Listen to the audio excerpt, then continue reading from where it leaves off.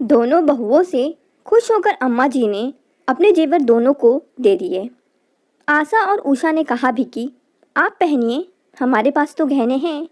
तो अम्मा जी ने कहा, अरे बिटिया, अब तो मैं बूढ़ी हो गई हूँ, अब गहने मेरे किस काम के, अब तो मुझे ये चूभते हैं। तुम दोनों नई नवेली दुल्हन हो, तुम पहनो, तुम पर ज़्यादा अच्छे लगेंगे। दोनों बहुएं उन्हें खुश करने का कोई मौका नहीं छोड़ती। अम्मा को भी यकीन हो गया कि अब उनका बुढ़ापा अच्छे से कटेगा। क्या हुआ अम्मा जी, आपने ये चादर क्यों हटा दिया? आज सुबह ही धुली हुई चादर बिछाई थी मैंने। तभी पर्वतिया एक बाल्टी पानी और झाड़ू लेकर आई और कमरे को धोकर चली गई। अरे बहू, एक दूसरी चादर लाकर बिछा दे, फिर बताती हूँ, अम्मा जी ने कहा। उषा ने दूसरी चादर बिछा दी। अब तो बताइए अम्मा, उषा ने कहा। ननकू का बेटा मेरे कमरे में घुस आया था और उसकी गेंद मेरे पलंग पर आ गिरी, इसलिए कमरे की सफाई कर इसे शुद्ध करवाया।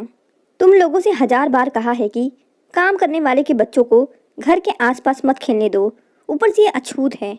कुछ महीने बाद अम्मा जी को एक भयानक बीमारी ने जकड़ लिया, सारे बदन में घाव हो गया। आशा ने तो महेश से कह दिया, मैं अम्मा के कमरे में नहीं जाऊंगी, कल से पर्वतिया ही उनका सारा काम करेगी। 1-2 दिन साफ सफाई करने के बाद पर्वतिया ने साफ मना कर दिया, मैं नहीं जाऊंगी अम्मा के कमरे में, कितनी गंध है, मुझे घिन आती है। 2 दिन हो गए कमरे की सफाई किए हुए, कोई तैयार नहीं हो रहा था बेचारी अम्मा की सेवा करने के लिए। अम्मा आशा बहू उषा बहू के रट लगाए रहती, लेकिन कोई ना कोई बहाना बनाकर दोनों उनको टाल देती। उषा ने बड़ी बहू से कहा, दीदी, अब मुझसे अम्मा जी का कमरा साफ नहीं किया जाता, कितनी बदबू आती है। हाँ छोटी, तू ठीक कहती है, मैं सोच रही थी क्यों ना ये बात रधिया से कहा जाए, वो बूढ़ों की सेवा करने के लिए ललाई रहती है, आशा ने कहा। दीदी पर अम्मा जी नहीं मानेगी, वो तो नीचे जात का छुआ हुआ पानी भी नहीं पीती, उषा ने कहा।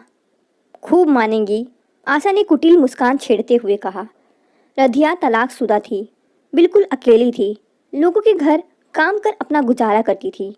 दूसरे दिन दोनों बहुओं ने अम्मा जी की लंबी उम्र की कुशलता हेतु तीर्थ यात्रा के नाम पर निकली और अपने मायके पहुंच गईं। 1-2 महीने ठाठ से गुजारी। इधर दूसरे दिन रधिया अम्मा के कमरे में गई, उसे देख अम्मा चिल्लाई, तू यहाँ? हाँ अम्मा जी, आपकी सेवा करने आई हूँ। मगर मेरी बहुएं?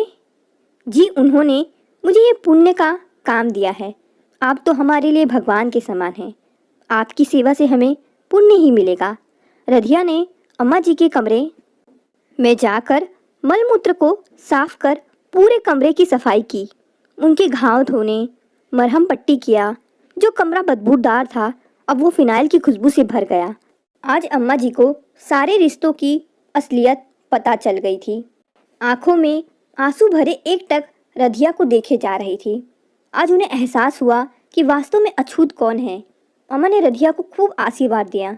धीरे धीरे अम्मा जी की सेहत में सुधार आने लगा। बीमारी ने अम्मा जी को अपने और परायों का अंतर समझा दिया।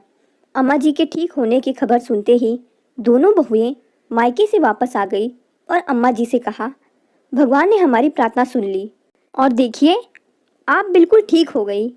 हमने आपकी सेहत में सुधार हेतु कितने मंदिरों में भगवान से प्रार्थना की, बहुत दान पुण्य किया और देखिए हमारी प्रार्थना रंग लाई और आप बिल्कुल स्वस्थ हो गई। तभी वहाँ रधिया आई और अम्मा जी के कमरे की सफाई कर उनके लिए खाना बनाने लगी। अरे, तू यहाँ क्या कर रही है? अब अपने घर जा, अम्मा जी तेरे हाथ का खाना पीना नहीं कर सकती, आशा ने कहा। हाँ हाँ, दीदी ने सही कहा, उषा ने आशा की हाँ में हाँ मिलाई। बहू, जब तुम दोनों मुझे छोड़कर मेरी लंबी और स्वस्थ होने की कामना करने अपने मायके गई थी ना, तब इसी ने मेरी सेवा की, मेरे खाने पीने का ध्यान रखा। आज अगर मैं स्वस्थ हूँ और जीवित हूँ तो सिर्फ रधिया की बदौलत। मैं ही पागल थी जो ऊंच नीच का रोक लगाए बैठी थी, लेकिन अब मेरा पापी मन भी पावन हो गया है। आज से रधिया ही मेरी देखभाल करेगी और मेरी सारी जायदाद की वारिस भी यही होगी। मैंने इसे गोद ले लिया है। आशा और उषा बहू, तुम दोनों मुझसे कह रही थी ना कि तुम्हारे पास गहने हैं तो मैंने जो तुम दोनों को गहने दिए थे वो तुम रधिया बेटी को दे दो। देखो, इसकी कलाई, गला, कान सब सूना पड़ा है। अम्मा जी ने कहा। अंतिम बात सुनते ही दोनों बहुएं चक्कर खाकर गिर पड़ी। दोस्तों, व्यक्ति कर्म से महान होता है, जन्म या जात पात से नहीं, इसलिए अच्छे कर्म करने चाहिए। दोस्तों, कहानी अच्छी लगी तो इसे लाइक और शेयर करें, साथ ही साथ चैनल को सब्सक्राइब करना ना भूलें। धन्यवाद।